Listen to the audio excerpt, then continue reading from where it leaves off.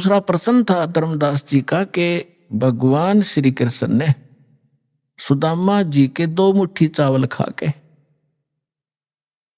और उनको धनी बना दिया, उसका एक महल बना दिया।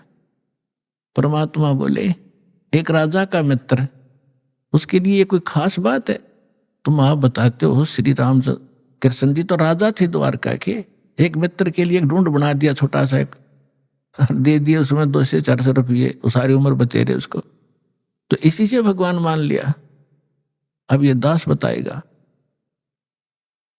अपने आत्मा वैसे थोड़ी सी जो शिक्षाएं हैं, क्योंकि जो हम पहले ज्ञान सुना करते थे वो ज्ञान समझ लो प्राइमरी सत्र का था। ब्रह्मा विष्णु महेश को ये भगवान मानते थे, तो ये ज्ञान प्राथमिक पहली 5वीं कक्षा तक का समझो, और जो काल को ब्रह्म को भगवान मानते थे वो मैट्रिक तक का ज्ञान समझो, उनकी बुद्धि मैट्रिक तक समझो। लेकिन विधि ठीक ना होने से और वैसे उनको मान लेने से, वो ज्ञान होने से भी कोई लाभ नहीं था। अब जैसे हम कथा सुना करते सुदामा और कृष्ण जी की, अब इन कथाओं से भी थोड़ा सा निष्कर्ष हम साथ लेकर चलेंगे, तभी हम, क्योंकि बच्चा जो 5वीं 6वीं 7वीं 10वीं पढ़ ले तो भी तागली पढ़ाई पढ़ सकता है, वो सीधा 11वीं में कैसे हो सकता है? तो वो पढ़ाई पहले आपको पढ़ाकर आगे चलेंगे। श्री कृष्ण जी बालकपन में और सुदामा जी एक ही पाठशाला में पढ़ा करते थे, और सुदामा ब्राह्मण थे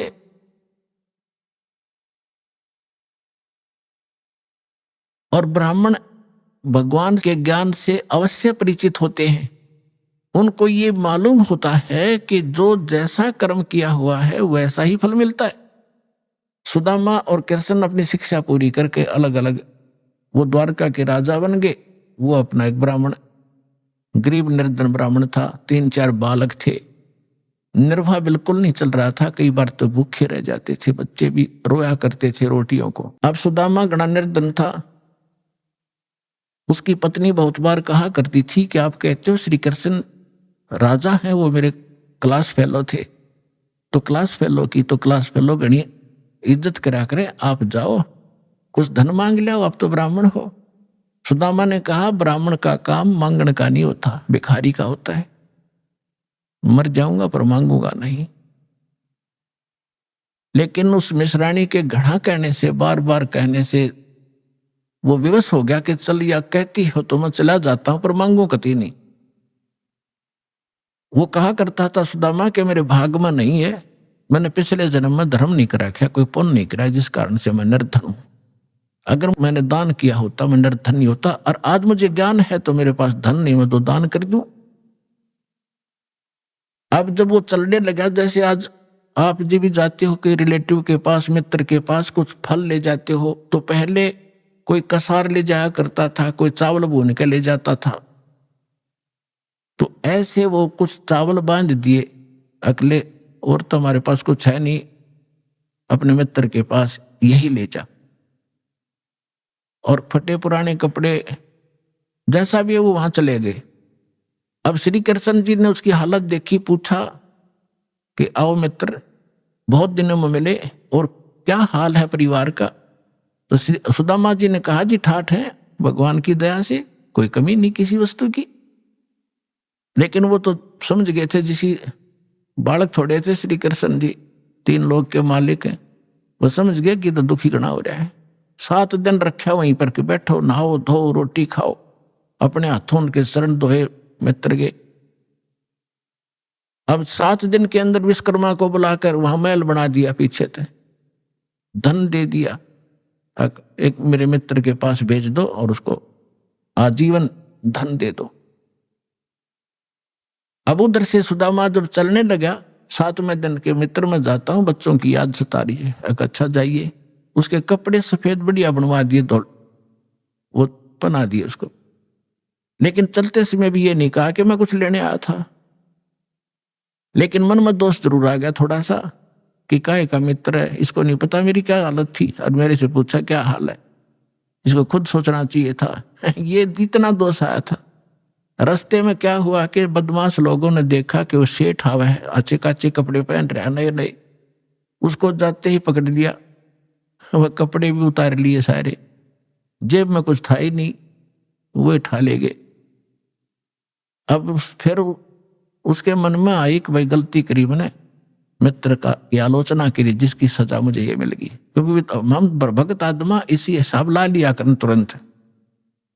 तो अब लंबी कहानी ना कहूं, दास ने उसने आकर देखा कि महल बना है, बड़ा खुश हुआ, लेकिन मांगा नहीं। इसको ब्राह्मण कहते हैं।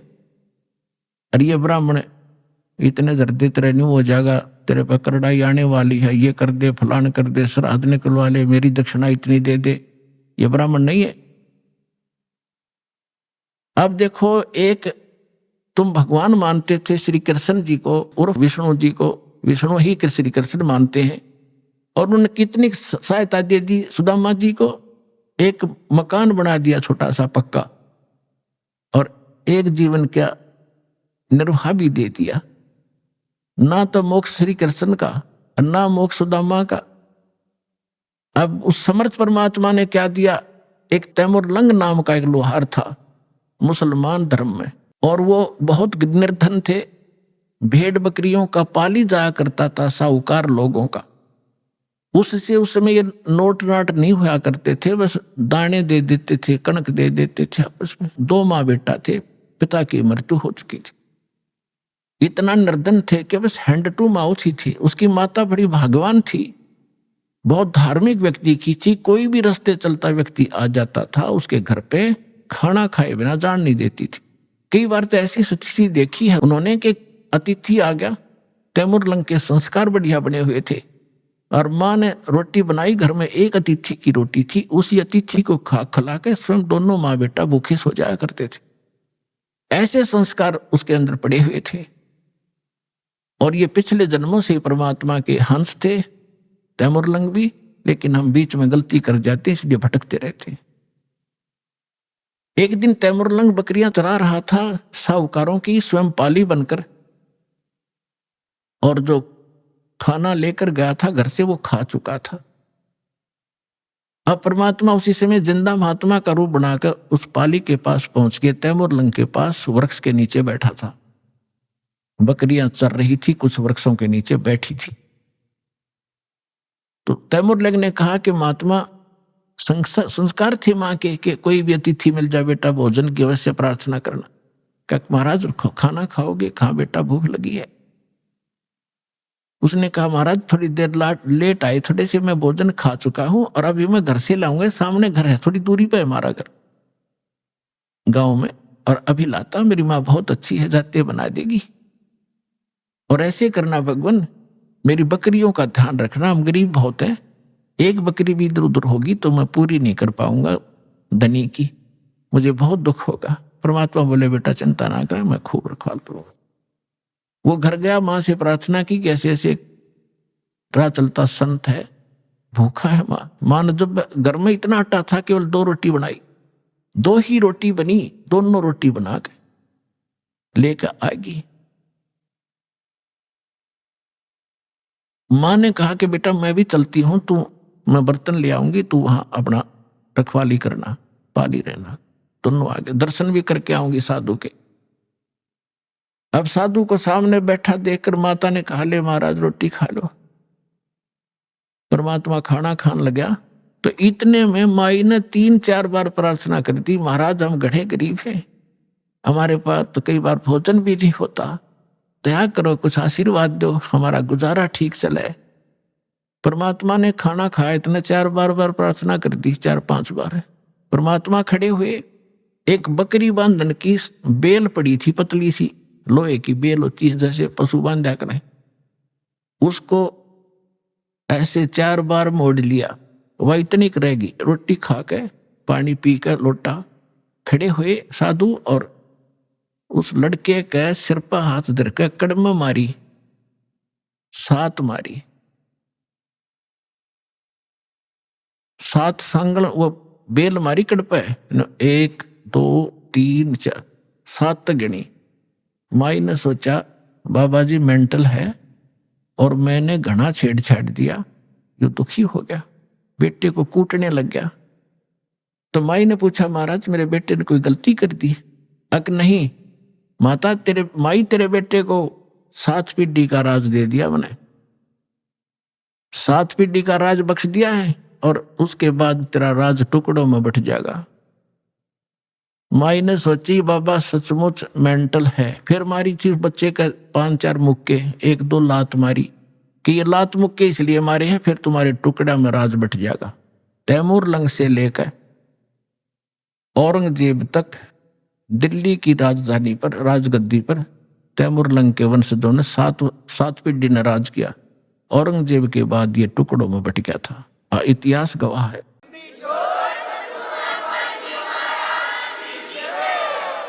तैमूर लंग ने दिल्ली पर शासन किया था, अपना एक प्रतिनिधि यहाँ छोड़ दिया था तो उसको टैक्स देता था।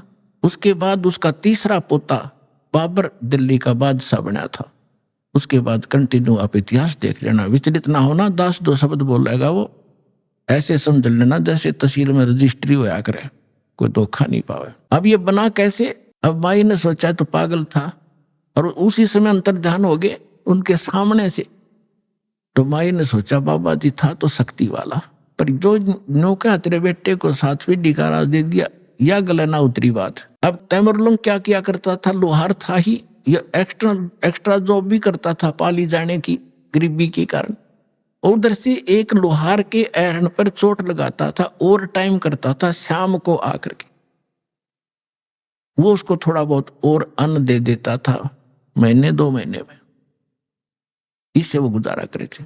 तो जिस ऐरण पर वो चोट मारने के लिए लोहार के पास जाता था, लोहार अपनी कोई औजार बनाता था तो वो घंट चलाया करता था, घंटे 2 घंटे शाम को। लोहारों के पास इसी समय शाम को ज्यादा कार्य होता था। तो एक दिन परमात्मा उसी जिंदा महात्मा के रूप में तैमूर लंग को दिखाई दिए स्वप्न में, और कहा बेटा वो ऐरण मोल ले लो तुम, जहां तू सर्विस करने जाता है और टाइम करता है, वो ऐरण मोल ले ले। तो उसने कहा महाराज हमारे पास तो पैसा नहीं, कि ऐसा कर तू उधार पर ले लेना, और उसके नीचे घना धन दाब रखा मैंने, हीरे मोती जवाहरात सोना, और उसको धीरे धीरे प्रयोग में लाना, किसी को पता ना लगने देना, ना दुनिया लूट लेगी तेरे से। और ये काम मैं करूंगा, तू उसे उधार की बात करना, वो उधार दे देगा, ये मेरा काम। परमात्मा जब सौदा बनाता है दोनों तरफ खड़े हो जाते हैं। उधर से उस लोहार के मन में प्रेरणा प्रबल कर दी कि ये स्थान थोड़ा है मेरे लिए, बाहर मेरा एक और प्लाट है बढ़िया, यदि इसको कोई ले ले मोल तो मैं इसने बेच दूं, मैं वहां बना लूं, ऐरण डाल लूं। प्रबल प्रेरणा। उधर से जाकर सुबह उठा, उसने अपनी माँ से बताया कि माता ऐसे ऐसे मैंने गुरु वो महाराज जी दिखे थे, वो जो जंगल में मिले थे, रोटी खाई थी, मेरा सांकल मारी थी, बेल मारी थी। उसकी माँ बोली बेटा दिखे मुझे भी थे स्वप्न में आज ही, पर मैं कुछ शब्द समझ नहीं पाई वो कहे क्या रहे थे। तैमूर लंग बोला मैं बताता हूँ, मेरे याद है, उन्हें ऐसे ऐसे बता। तो कहने लगी बेटा महात्मा तो शक्ति वाले थे, हमें एकदम अंतर्ध्यान हो गए थे, पर पैसा तो है नहीं बेटा, लेंगे कैसे हम उसको। तो उन्होंने समाधान बताया है कि आप उधार कर की बात करो। माँ बोली देख ले बेटा ट्राई करके। तो उसने जाके तैमूर लंग ने कहा कि भाई मैं एक अर्ज करता हूं आपसे, ये मैं भी गुजारा कर लूं, मैं भी लोहार हूं, आप भी लोहार हो, और मुझे ऐरण दे दो ये। वो बोला पैसे कब देगा तू? ऐरण वाला बोला कि अभी तो है नहीं, मैं कुमा के दे दूंगा। पक्की बात? पक्की, 1 साल में दे देना। हाँ 1 साल में दे दो। अब पे कवा दी परमात्मा ने।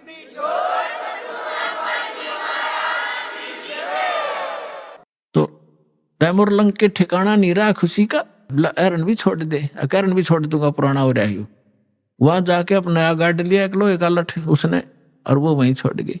माँ बेटा ने चारों तरफ 4 द्वारी बनाई, कच्ची ईंटें बना बना कर, कुछ उस पर एक झोंपड़ी सी डाल ली और ऐरण बाहर रख लिया। नीचे से खोदा तो नो का नो धन पाया उसने। अपने आत्माओं उस समय जब ये पाली जाया करता था तैमूर लंग, उस समय उसने एक घटना देखी थी जो उसके हृदय को छू गई थी, वो मिट नहीं रही थी हृदय से। उसी घर की चारा लेकर आ रही थी खेतों से, सुंदर लड़की थी। राजा के कर्मचारी उसको अपहरण करने लगे। उसने आवाज लगाई, रे तैमुरलंग, ए तैमुरलंग मुझे बचा भाई, तैमुरलंग मुझे बचा भाई। तैमुरलंग ने देखा भाई सचमुच ये तो बकवादी आदमी है।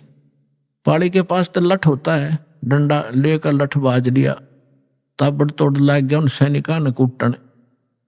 वो 4-5 थे, वो अकेला था। तो उन सैनिकों ने उसको इतना पीट दिया, मार दिया, कति खत्म करके डालेंगे, पीठ छेद के लड़की को उठा ले। जब वो होश में आया उसके बाद उसने एक प्रतिज्ञा कर ली कि यदि मैं राजा बन गया इसको सबक सिखाऊंगा, इस राजा को। अब राजा की सपने भी नहीं, पर मन में तो आवे है सब कहिए बात। उधर से क्या हुआ, उसने धन देखा, दोनों माँ बेटा खुशी का ठिकाना नहीं। लेकिन निर्देश जो महाराज ने दे रखा था वो याद रखा, कुछ धन निकाला, दूर देश में जाकर बेचा। वहां से क्या किया उसने, घोड़े लाया, पहले घोड़े लाया, घोड़े लाकर बेच दिया, क्यों उधर घोड़ों का व्यापार ज्यादा होता। तो लोगों ने सोचा इसका व्यापार में बहुत वृद्धि होगी, एकदम ये तो बहुत, 1-2 घोड़ा लाया, फिर 10-10, 20-20 लाला बेचने लग गया। उधर से उसने क्या किया, अपने आसपास के जवान लड़कों से कहा कि भाई देखो ये राजा बहुत निकम्मा है, ये अपनी बहन बेटियों के साथ ऐसे करता है, ये टैक्स भी बहुत लेता है। मैं राजा बनूंगा और मैं सबको टैक्स फ्री कर दूंगा, बहुत जायज टैक्स लिया करूंगा और सेठों से लिया करूंगा, गरीबों से नहीं लूंगा, ये आगा पीछा नहीं देखते। और आप मेरे सैनिक बनो, मैं तुम्हें मेहनताना दूंगा।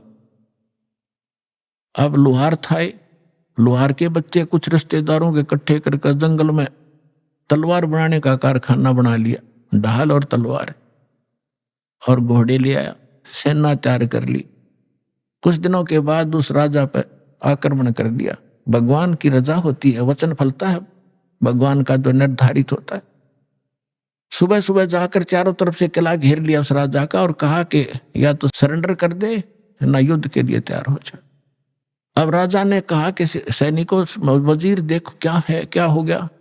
वजीर ने ऊपर चढ़ के किले पर देखा कि बाहर इतनी सेना खड़ी है राजन, अपना सरेंडर करने में हित है। 500-400 सैनिक थे, दिखे 5000। परमात्मा की रजा, समर्पण कर दिया राजा ने, सरेंडर कर दिया, वो राज प्राप्त किया। और उसको कहा कि आज मैं अगर परमात्मा से न डरने वाला होता, ये मुझे याद आया उसने कि मेरे को किसी संत ने आशीर्वाद दे रखा है, तुझे मारूंगा नहीं, तू नगरी छोड़ जा और या यहाँ एक सिंपल मैन की तरह रह, अपना गुजारा कर, रोटी बना रखा, नहीं तुझे भाग जाए यहाँ से। जैसा भी उसने उस पर कब्जा किया, फिर दूसरे राजा को कहा कि राजा अन्यायी थे, नालायक गणे हो गए थे। तो एक दूसरे को ऐसे काबू करता करता वो तैमुरलंग यहाँ पहुंच गया, दिल्ली का बादशाह भी बन गया। दिल्ली को भी अपने अंतर्गत करके वहां एक नुमाइंदा रख दिया उसने, ये इतिहास गवाह है। तो तैमुरलंग ने जब ये शासन सारा पा लिया तब परमात्मा फिर मिले हैं। ऐसे शिकार में वो गया हुआ था, कहने लगा रहा निकम्मी आत्मा। वो बैठा था तो वहां उसने बहुत सुंदर कपड़े पहन रखे थे तैमुरलंग ने, बहुत, यानी 2.5 रुपए की कीमत थी उसके पूरी ड्रेस की। उस समय के 2.5 और आज के 25,000, ये समझ लो। तो परमात्मा वहां खड़े थे, उनका वहां खाना खुना सैनिकों का हो रहा था, शिकार के लिए राजा गया हुआ था, वहां बैठा था। तो आके परमात्मा भी किसी अन्य रूप में वहां खड़े हो गए। तो कहने लगे राजा आपकी क्या कीमत है। एक सामने एक व्यक्ति खड़ा होकर कह रहा है कि आपकी क्या कीमत है, कि आप ही बता दो मेरी क्या कीमत है, कि तेरी कीमत है 2.5 रुपये। राजा बोला गलत बोल रहा है, 2.5 रुपये का तो मेरा ही ड्रेस है, बोला इससे इसकी कीमत है, तो एक आने का भी को नहीं। निकम्मी आत्मा, तेरे को इसलिए ये राज्य दिया था कि कर्म फोड़ अपने। परमात्मा ने वो रूप बना लिया, जो वो दिन भूल गया तू एक बकरी चराता फिरता था, गिड़गिड़ा रहे थे। आज भूल गया भगवान को, शरणाम में पड़ गया उसी समय। अपने बेटे पोतों को देकर राज और लेकर दीक्षा और फिर से भक्ति शुरू करी।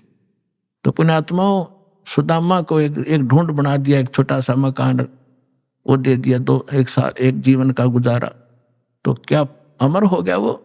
7 पीढ़ी का राज दे दिया कबीर साहब ने एक रोटी खा के, और फिर मोक्ष दिया उस प्राणी को। ये न्यारी ताकत है कबीर भगवान की। बोलो सतगुरुदेव।